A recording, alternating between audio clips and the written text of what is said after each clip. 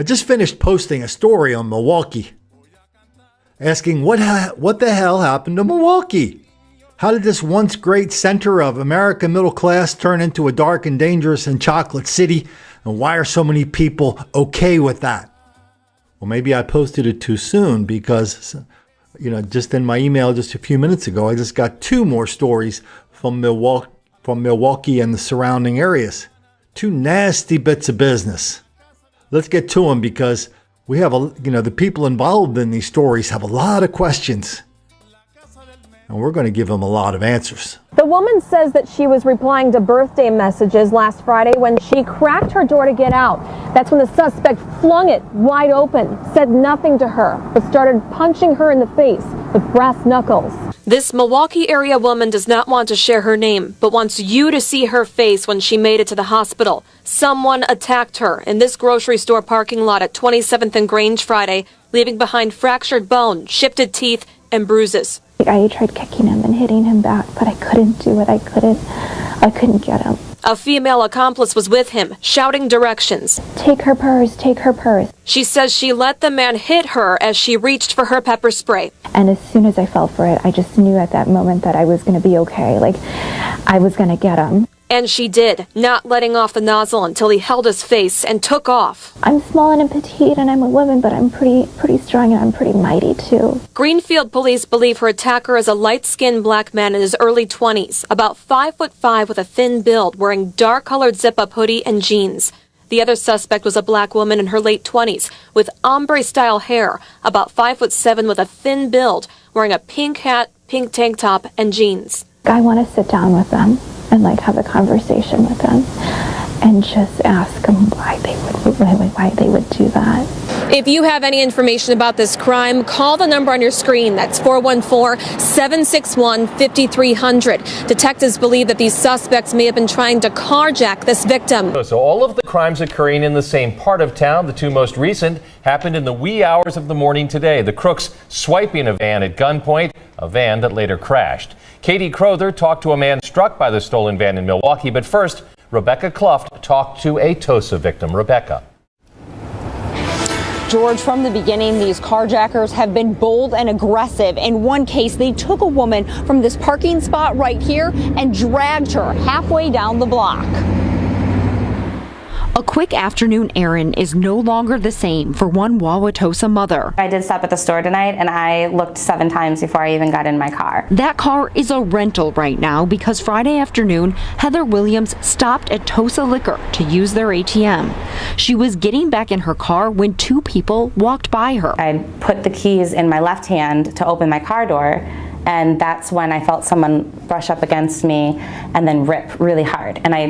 She was grabbing my keys. Heather says the girl between the ages of 14 and 16 grabbed onto her keys and started dragging her.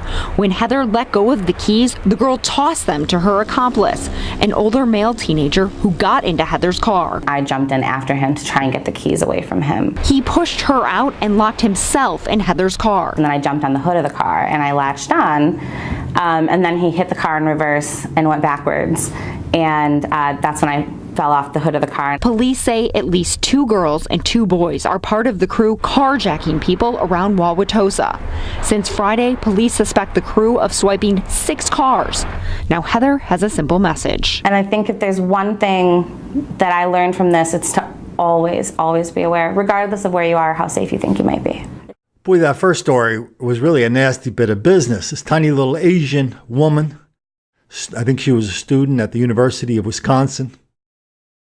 We saw what she got caught up in, and they beat the hell out of her. And so it almost had I won't say a happy ending, but a better ending than these stories usually do. When she pulled out her pepper spray and bam, bam, bam, the guy runs away, hands over his face. But then for me, she kind of ruined it. When she looked into the camera and she told the people that she wanted to find these people so she could ask them why. Why? Well, that's never going to happen. And if you do find them, they're going to be in a jail cell or a holding tank or with some lawyers, and they're going to tell you exactly what you want to hear, exactly to elicit the most sympathetic response from you. So why don't we find somebody who's going to tell the truth as to why those people almost killed you when they tried to take your stuff? It's not good. We gotta get guys employed. We gotta get people employed, Skip. Because if you don't have money and you want something nice, either I got one or two ways. I sell drugs or I go steal it or I go take it. Those are my two options, because I see Rolexes and I see Mercedes and I see nice things and I want them, but I don't have a job and I don't have opportunity and means to get it. So if I want it, I'm going to go get it. Shannon Sharpe is not an outlier. Shannon Sharpe is just one of many, many talking heads on all the networks, including Fox, all the cable stations, where we can see black people talking about critical race theory, and University of Wisconsin in Madison is a center of this, where they talk about how black people are relentless victims of relentless white racism all the time, everywhere. That explains everything. Surely this young Asian lady from the first video has heard that before. I mean, 10 years ago, it was all about we got poverty, we got education, we got lousy housing, we got this, and that, and this, and that. No, when Obama came in, everything turned into white racism. And so for people who are still out there, like this lovely lady from Milwaukee, who are still wondering why this is happening to me, why this is happening to other people, all I can tell you is black people have been screaming at us. Why? But we're not listening, maybe because we don't like what they're saying. I'm listening. They're saying that white, any amount of white success. Oh, and by the way, to a black person, an Asian person is like a white person on steroids. And so you remember when the president looked into the camera and said, talking about successful people, and he said, you didn't earn that. He was talking about their success was a product of some collective effort that they just luckily popped out at random.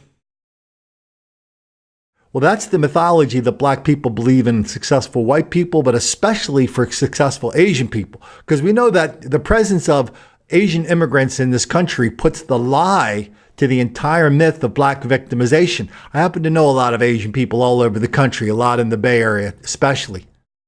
A lot of these people can't hardly speak English. I know one person doesn't speak English that well. She makes $1 gajillion selling insurance.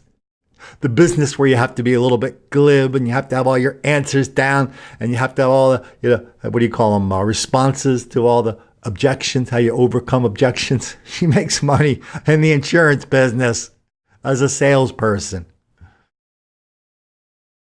But when black people look at Asian success, they only look at two things. One, that makes them a target. Good Lord, there's a song. There's more than one. A rap song. This rap song on YouTube has millions of views. We've done a video on it here. Millions of views about how you target Chinese people. And by the way, if you're Asian, you're Chinese, okay? To them, that's what you are. How you target Chinese people because they don't fight back, they have lots of cash, and they're soft targets. And, there's lots of people saying that. And so black people look at Asian people as people with white privilege times 10. So you want to ask a question. Shannon Sharpe just answered it. It could have been 1,000 different people. Michael Dyson, lots of other people. Melissa Harris Perry. Any professor of sociology or black studies in any college in America would say the same thing. But black people have questions for you. Why are you so successful? Why do you drive a nice car? Why do you have a nice purse? Why do you have cash? Why do you get to go to the University of Wisconsin? And I don't. This is the part where you come in and say, well, we worked for it. Nobody ever gave us anything. No. When you came to this country, and if you're from Vietnam, I saw the picture of the B-roll, had a Vietnamese poster of a Vietnamese restaurant there. Maybe that's your family. Maybe it's not. I don't know. But the mythology surrounding Asian people, from the crowd who does not believe you earned it, and thus they are entitled to take it, is that somehow if you came over here on a boat, everybody was hiding gold in their body cavities, lots and lots of gold. And when you got here, the federal government gave each person a check for $10 million to open a restaurant when you got here. They totally discount the work, totally discount the enormous effort, totally discount the values, totally discount family values. Remember those things we used to treasure? Now it's so fashionable to scorn them. That's what they're asking you. I've seen a lot of videos, a lot of things on websites where it's very fashionable now for young Asian people at their family gatherings. Yes, they still go to family gatherings where the grandparents are revered and the parents are less so, and kids are, no matter what, the kids are still down at the bottom. But the kids now, they've got the American thing down, and they know that they hear their grandparents talking about the struggles they had when they came over. Maybe they were the victims of robbery in their home. Maybe they were the victims of robbery at their place of employment or on the way to and from work. And the grandparents are not afraid of telling their kids and grandkids, what they went through and how black people target Asian people. Well, the young Asian people now, they like to explain to their grandparents how they're racist, how they're wrong, how they have to change their way of thinking to get more modern. If you're really, this young lady in Milwaukee is really interested in this whole idea of black on Asian violence and hostility, the place to start is, of course, Chinese Girl in the Ghetto by Ying Ma. Came over here from China. Immediately, her family moved into Oakland. I think she was probably moved into Oakland. And in her book, she talks about how her life was one constant hell of violence, harassment, threats, robbery.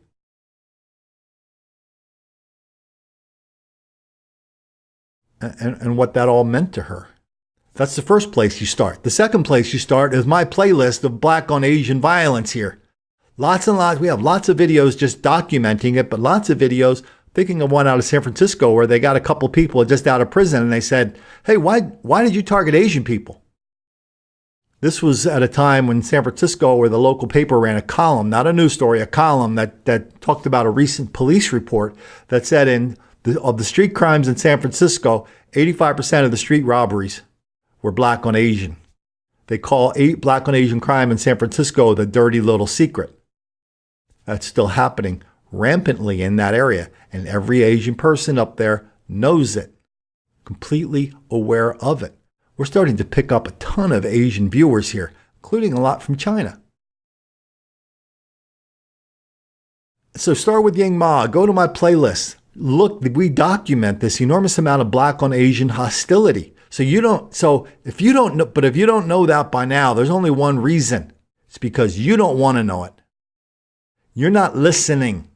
You're not listening to the enormous amount of hostility, greed, envy, jealousy directed at you. You're not listening when black people say Asian people are soft targets and they have too much money anyway, and I don't have enough.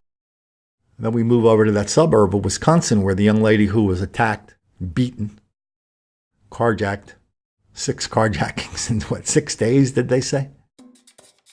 In a little town outside of Milwaukee. She summed it up by saying, well, you got to keep your head on a swivel. You have to be situationally aware. So if you were situationally aware, how would your story have changed? How? If you saw a couple black people coming at you and you didn't see them. If you saw some black people coming at you, would you run away? Would you cross the street like Michelle Obama says we do all the time? What would you have done? Nothing. You wouldn't have done anything different. You would still have been a victim. So you better get a plan B. Both of you young ladies better have a plan B besides looking for an explanation and besides uttering meaningless platitudes about being situationally aware. The people on this channel know what the solution is to your micro problem. It's getting a damn gun and training with it. Especially if you live in a place like Milwaukee, where white people are targets, Asian people are targets, the newspaper's down with it, the mayor's down with it, the chief of police is all down with this cause of black victimization. Because they're just not going to do one damn thing to make one damn black kid angry.